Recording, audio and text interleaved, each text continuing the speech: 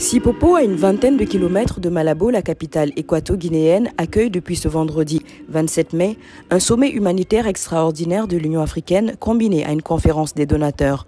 Les changements climatiques et déplacements forcés des populations, la sécurité alimentaire, le développement de la reconstruction post-conflit pour les réfugiés et déplacés internes sont entre autres sujets au cœur de ce sommet.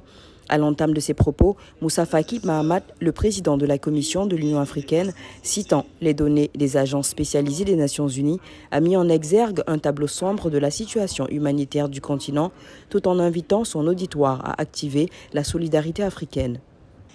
Dans les 15 États membres les plus affectés, 113 millions de personnes sont en attente d'assistance d'urgence en 2022. Ce qui, Excellence, représente près de 10% de la totalité des populations africaines. L'Afrique de l'Est et la Corne de l'Afrique abritent actuellement 4,5 millions de réfugiés, dont 75% ont été affectés par la réduction des rations alimentaires en 2021. Ces 2 dernières années, dans cette même région, les besoins alimentaires ont augmenté de 70% et plus de 25 millions de personnes y sont en situation d'insécurité alimentaire.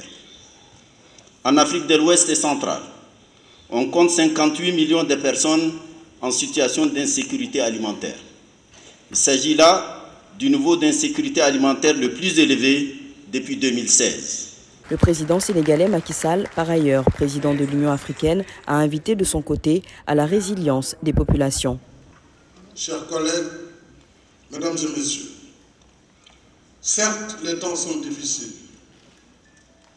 Devant nos défis anciens, aggravés aujourd'hui par les effets de la pandémie Covid-19 et un monde exténué par la guerre et une gouvernance économique et financière internationale injuste, nous n'avons d'autre choix que de rester résilients et combatifs. Nous le devons à nous-mêmes et aux générations futures.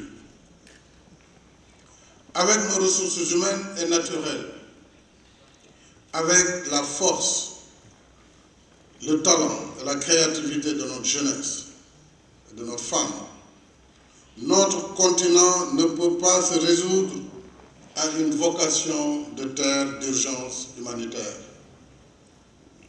Bien au contraire, notre dignité de peuple libre nous oblige de rester debout et de poursuivre sans relâche notre combat pour le progrès, pour la paix, la liberté et la justice sociale. Le président de l'Union africaine a aussi appelé à une levée des sanctions contre le peuple zimbabwéen et rendu hommage aux acteurs humanitaires. Avant de quitter le sommet de Malabo, en raison du deuil national de 3 jours consécutifs au décès de 11 bébés dans son pays, Macky Sall a annoncé au nom du Sénégal une contribution de 3 millions de dollars au financement de l'agence humanitaire de l'Union africaine.